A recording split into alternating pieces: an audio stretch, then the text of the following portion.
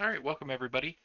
What we're going to do today is we're going to install a copy of FreeBSD inside of a virtual machine. So over here to my right, you're going to be able to see that I have virt manager. This is running QEMU or KVM. I'm going to do a new virtual machine. I'm going to choose local install media. I'm going to go forward. From there, I have already obtained the FreeBSD 13.0 release. You can go to their webpage to go download that. I will choose volume.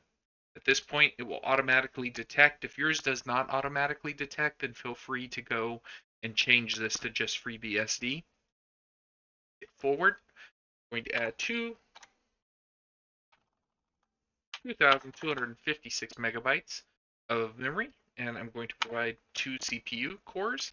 I currently have 24 CPU cores, and I have 64,000 megabytes of memory available. So this isn't exactly taxing, and it shouldn't be really rough on any system. But you do want to make sure that you provide more than a single CPU, and you absolutely want to go with more than 2 gigabytes of RAM. Now we can also bump this up. We could say 4,256 and then give this 4. Now if you have the system that is capable of doing this, that's fantastic.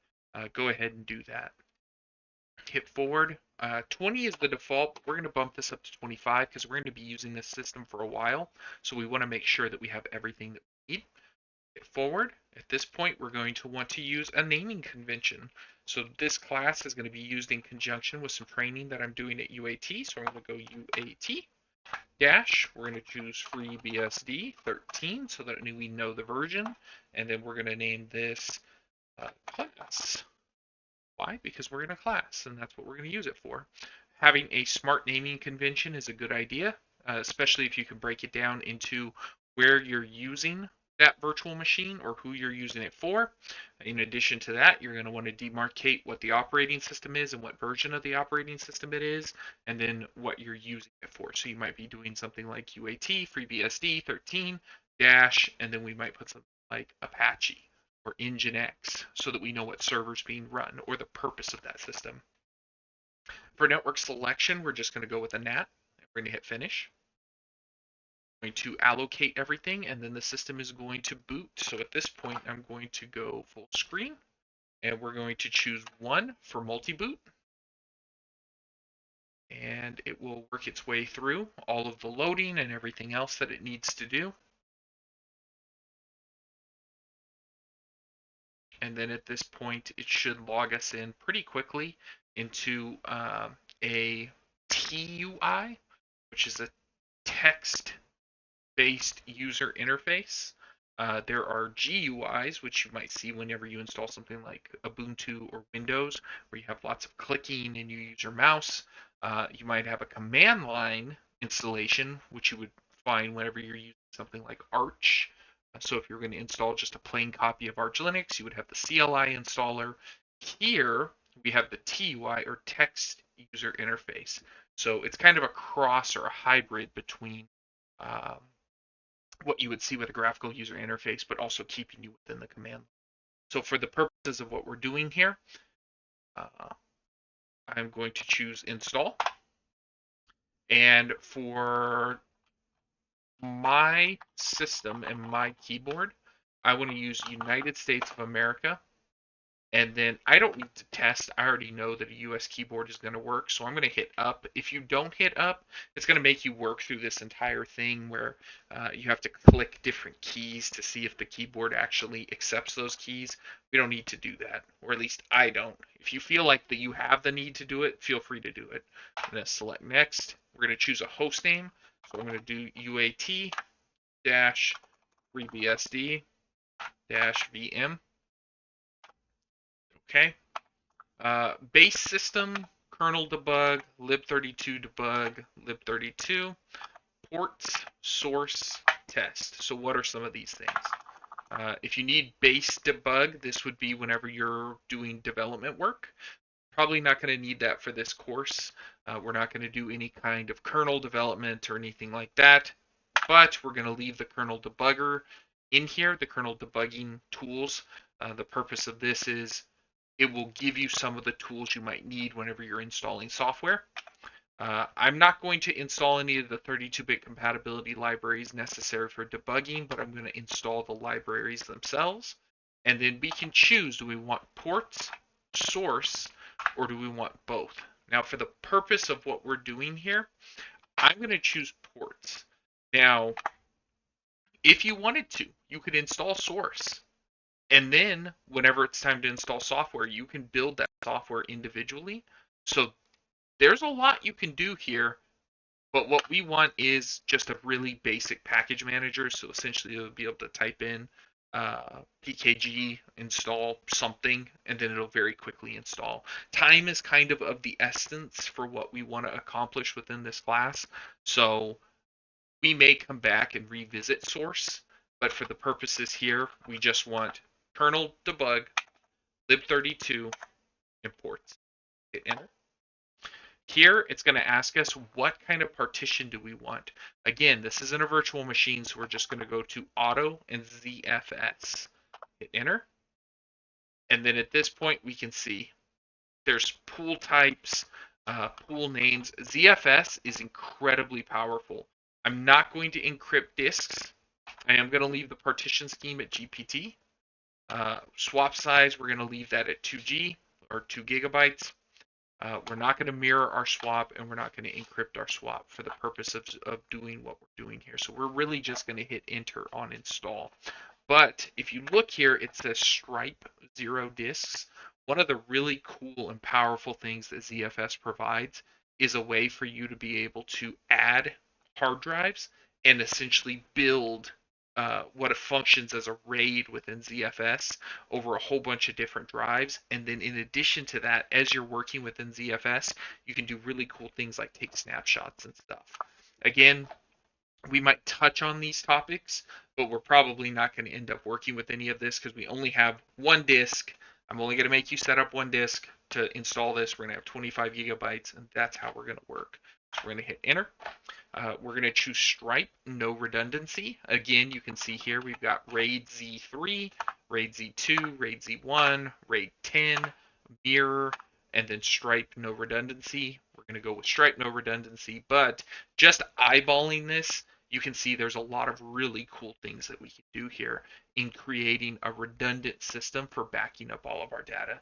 ZFS is incredibly cool. We will choose BTB D0 virt block device. Should be able to just, oh, yep, sorry. So you have to select it, hit the space key, and that'll put a star there, and then we can hit OK. It's going to say that it's going to destroy all of the data that is currently inside of this virtualized machine. That's fine as long as you're in a VM. Remember, if you're trying to do this on live hardware, you could potentially destroy all of the data on your disk. So be very cautious. We're going to hit yes. And at this point, it will start the process of installing everything that we need. And this will be very, very fast. There's actually not as much stuff as you might think that needs to be downloaded. Getting the kernel and then setting up your lib32 and setting up your ports. As you can see here, I'm on a CenturyLink setup, so that's DSL, and I think I'm rated at maybe 75 megabits down. It's not even at 100 megabits, and this thing will download stuff incredibly fast. So we should be done here in just a moment, and then it'll do a little bit of setup, and then we'll create some users, and then we will have a successfully set up machine. So it's going to ask us set up a root password. For the purposes of what we're doing here, I'm going to teach you a not great idea, obviously in production, but for training purposes, instead of typing a password that you need to remember, we're just going to type in lowercase t, lowercase o, lowercase o, lowercase r. So root will be the username, TOOR will be the password, and then we're going to do it again. And at that point, we are done. So we're going to select a network device to configure. We're going to configure IPv4 for this interface. and we're going to use DHCP to do it, and it will acquire an IP address. And then it's going to ask us if we want to set up IPv6. I'm going to choose no for the purposes of this. You could choose yes if you want to set up IPv6, but again, time is kind of the essence. We're in a class. I don't want anybody having to really troubleshoot the different connections between IPv4 and IPv6. So we're just going to use IPv4 for the purposes of this class. So we're going to choose no for IPv6. Under search, we will leave that blank. And then under our DNS, I'm going to choose 8. Let me blast this out. 8.8.8.8, and then let's do 8.8.4.4. Those are Google DNSs, so we should be okay with that. I'm in America. I'm in the United States. And I'm just going to go down, and we're going to just choose Arizona. Yep, that looks fine. Date looks fine. That looks correct. Time looks correct. And then again here, I want SSHD working. I do want to enable mouse D so that a mouse will actually function inside of the console. And then I am going to choose power D. And we could do NTP date and NTPD. I'm going to go ahead and choose NTPD. That's fine. We'll hit OK. We're not going to make any changes to the system hardening here. This is really outside of the scope of what we're trying to accomplish. Again, we just want a system that we can start working with and start playing with.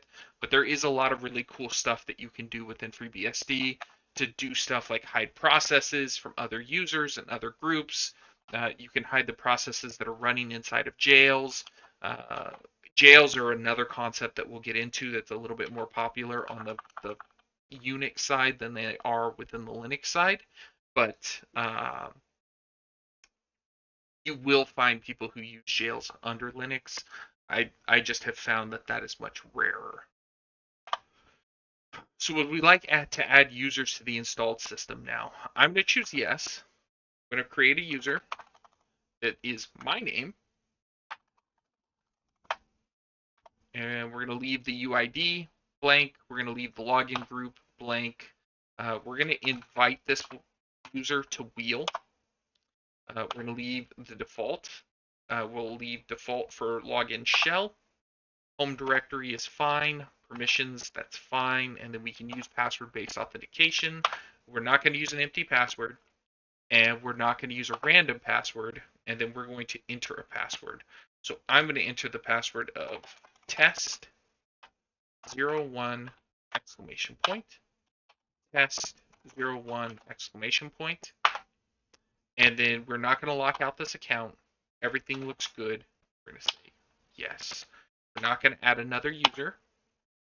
And at this point, one of the things that we can test is we can actually test our network by going to Handbook and choosing English, hitting OK. And then we're going to make sure that this goes out, pulls down the handbook, as it is doing. Process those entries. And then what we will end up with is the actual FreeBSD manual on the system. So at this point, we have added a user. We have set our root password. We have a host name. Networking is configured. Our services are set up. We're not going to do any additional system hardening. Time zone is set up, and handbook has been installed. So at this point, we can choose exit. Installation is now finished. Do you want to exit the installer? And do you want to open a shell in the new system to make any final manual modifications? We're going to choose no. We are going to reboot. Give it a few seconds.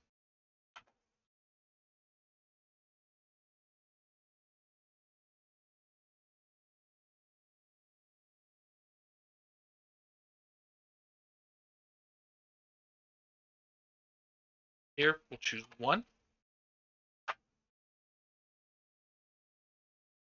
Going to work its way through everything, bring up the network. It'll start things like NTPD, which is our network time protocol. Yep, we just got an IP address.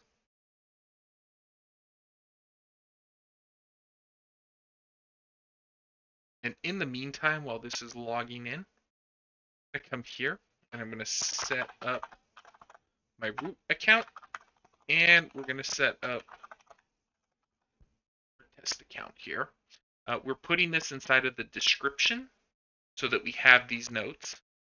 And then under title, we can put this.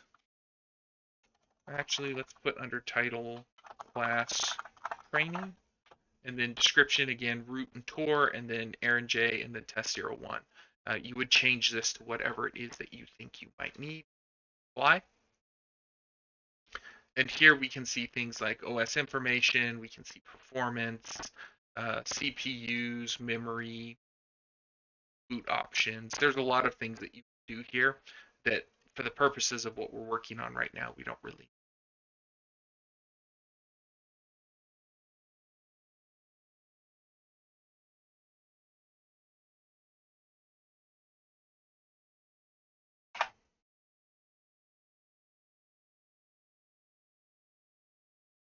And as soon as this gets up and running, which at some point it will, what it's trying to do right now is it's trying to look up the host name because it's using external DNS. And so obviously it's not finding it. And as it says, unqualified host name, unknown, sleeping for retry. It's going to do this for a little while, and then it will allow us in. We could have used an internal DNS, just set the system up to use internal DNS off of one of my Raspberry Pis here or something similar, but now we're in, right? At this point, we can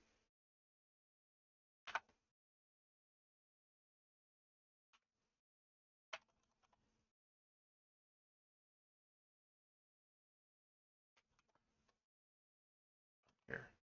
There we go.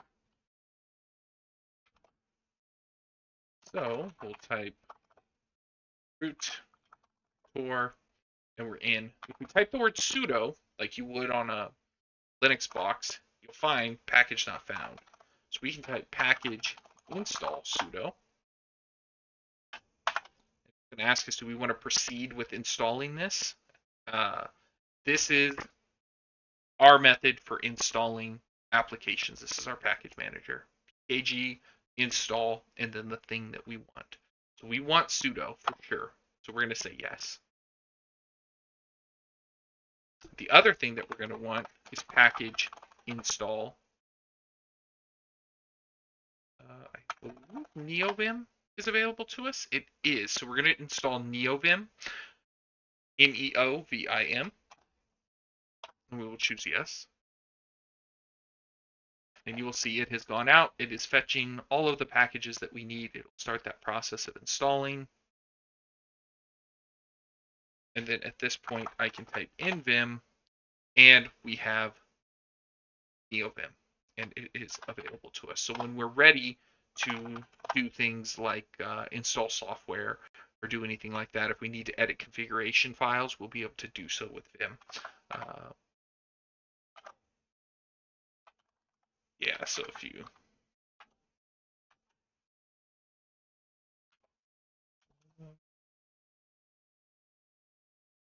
don't want to do foreground, and htop will not be installed yet. So I'm going to exit out of this. I am going to tell it yes. And then at this point, I want to shut this box down.